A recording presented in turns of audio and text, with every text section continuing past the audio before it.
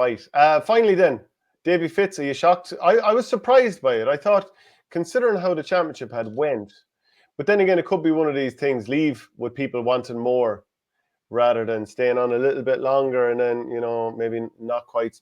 Like, because it did feel like a parting of ways was coming before the championship. They put it right. As he had said all along, we'll deliver come championship. And in relative terms, considering the form beforehand, they did. Should have beaten Tipperary, and obviously that would have put them through. But it is what it is. So I was somewhat surprised, and he did say that, having a young kid at home and all the travel, fair enough, that feeds into it. But I was still a little surprised. I was surprised as well, yeah. There could be something to your point there. I'd say his stock is reasonably high at the minute. Like, again, whereas if you look at the end of the league, it wasn't particularly high. Waterford played some great stuff in the championship, like brilliant stuff. And the reason I'm probably very surprised that he's not there for next year is that he was probably playing his style for a year and a half, and then he played, I would say, the Waterford style, and maybe the style that Liam Cattle played. And you're thinking, if they've not fallen on something, but there's something to really build on for next year now. Do you think the players spoke with him about, we need to go back to basics here?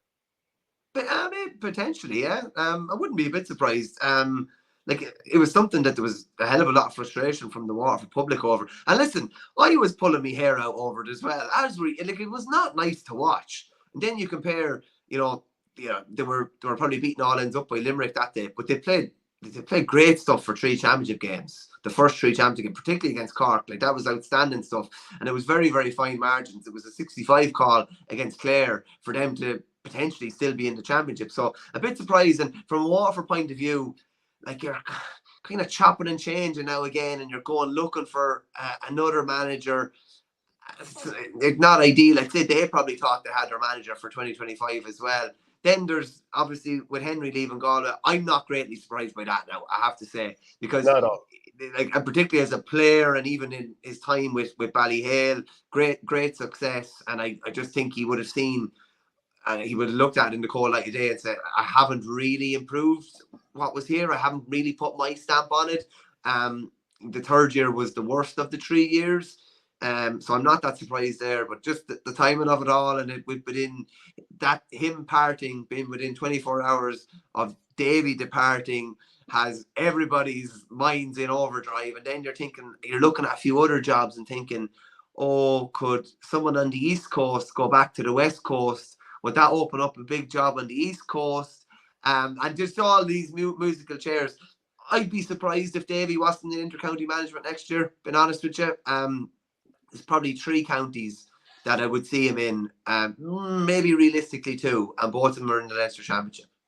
Paul Bellew, who's the Galway GAA county chairman, he was saying our preference this time around very strongly will be to source a candidate from within the county that is based in the county. So obviously that means that they don't necessarily need to be a Galwegian, but they'd want them based locally. Like, what a trek that must have been for Shefflin over the last 3 years, and must have been, certainly with a lot of young kids at home, that must have been a tough one to do time and time again. Who are we looking at here, Shano? Realistically, like, Micheál Donoghue is in a job at the minute, but that's a distinct possibility.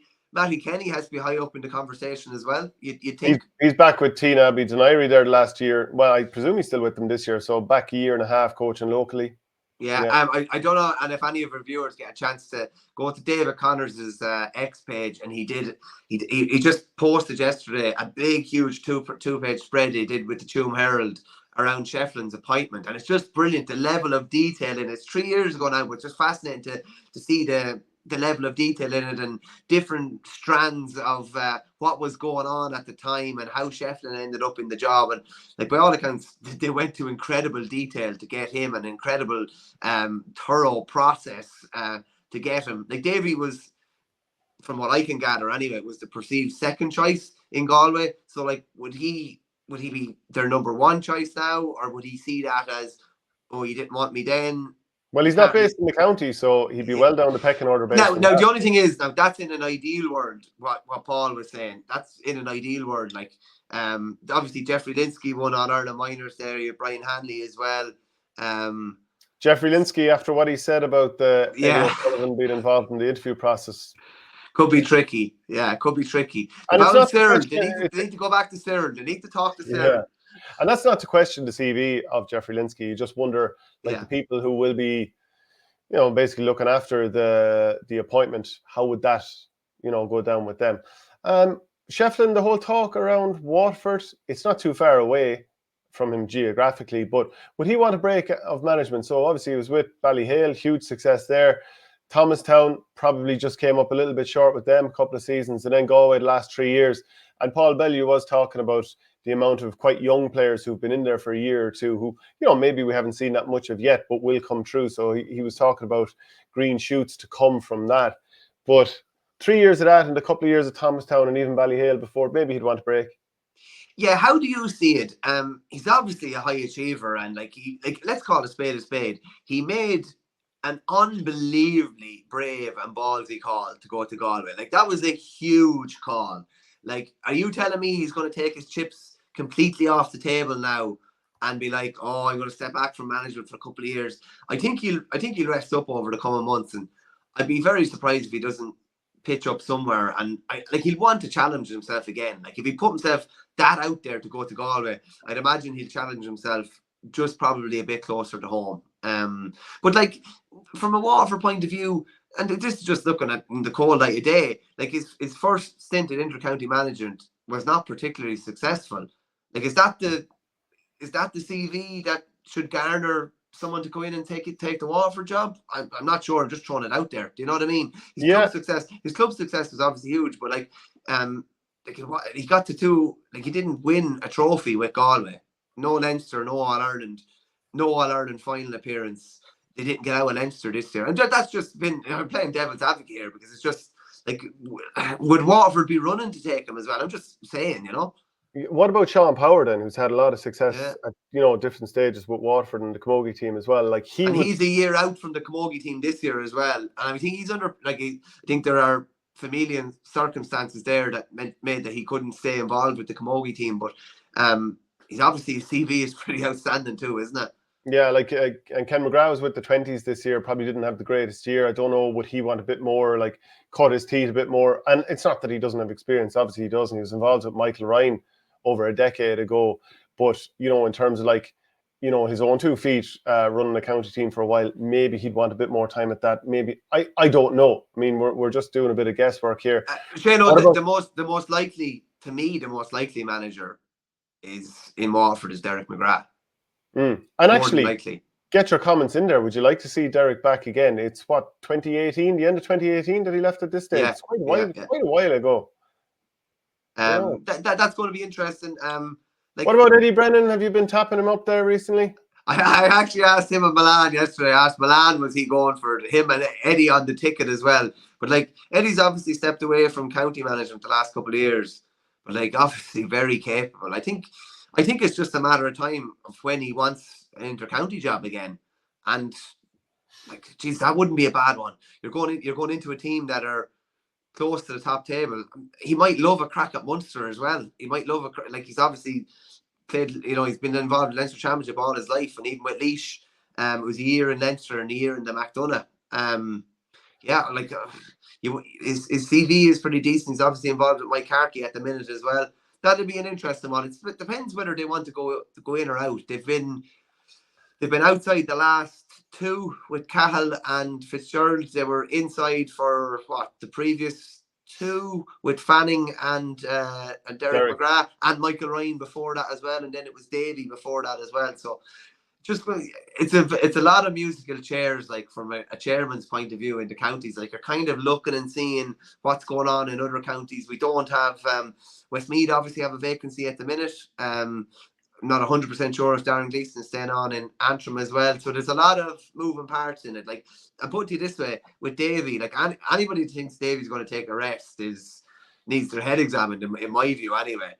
They were out at the end of May this year. He was 10 days he was gone from Clare in 2016 when he pitched up in Wexford. So I don't think he'll be sitting on the sidelines too long. He might just be somewhere a bit geographically closer to him. Are the musical chairs going a bit too quickly these days? You see Owen Kelly with Waterford, Tony Brown with Tipperary, David Herity with Tip. Now, I'm not questioning any of their bona fides or their quality or anything like that, but is there nearly too much musical chairs Should we all be a bit more insular? Well, I asked Owen Kelly about this before Christmas, and he basically said, once Henry went to Galway, he said all bets are off. That's basically what he said. Once Henry went to Galway, anything is allowed. Now, whether you'd have a tip man involved with the Kilkenny senior hurling team, or Jesus, sure, Kerry is involved with Tipperary. That's what I'm Sorry, saying. all bets really are off. Yeah. Joe's another name actually for Waterford potentially. He was involved with them 10 years ago now in the backroom team as a selector, and is living in Bennett's Bridge, which isn't too far from Waterford, is Willie Maher. Yeah. Obviously involved with Laois the last couple of years. Yeah, there's lots of it's going to be interesting. Sure, listen, the rumor mill. I just only wish, like, the intercounty season is short enough. I wish the lads had waited a couple of weeks until it was over, when we have nothing to talk about. Right, we've plenty to talk about at the minute. Yeah. Adrian McGrath says Shefflin was way too inexperienced for Galway. Waterford have a similar profile squad. Surely Peter Queally is in the ring. I don't know, hat's in the ring, maybe that says. But what about Austin Gleeson announcing that he'll come back the day beforehand? The timing is unusual, but I would imagine it's in no way connected with the decision of Davey Fitz to leave. No, I wouldn't think they're connected at all. Just even, to be honest with you, just even looking at the pictures, it was a Pinergy kind of sponsorship with Mount Sion. He looks in good nick as well. Looks like he's properly re-energized. Say he probably took a few months off and was tipping away with the club, and looks like he's ready to go now. And yeah, a lot of it is just a mental break as much as a physical break as anything else. Still, as Strozzi could still play county for another 5-6 years, couldn't he? Realistically. So you'd imagine he'd come back fairly refreshed now, and it's a nice little boost for the incoming manager anyway to know that he's back on board. Whereas now, and on the flip of that, you'd obviously wonder whether Stephen Bennett's going to be able to continue on into 2025, given his injuries. His hips seem to be giving him a hell of a lot of trouble, and he probably did well to get through this year's championship.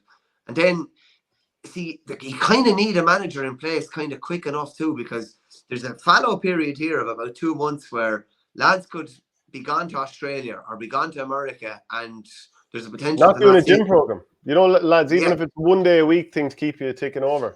I'm not even talking about that, but it's the guys gone to Australia and not coming back. Once they're gone, they could be gone. It's very, very difficult to get them back. Whereas if you have someone in place in the next month, shall we say, you can probably have conversations with lads, or you can meet with lads, or sow a seed. Whereas I think sometimes if there's nothing there for lads, they'd be like, listen, I'm going to go and do this or whatever. But with Waterford, you kind of wonder, like Jamie Barron, you kind of wonder how much time has he left.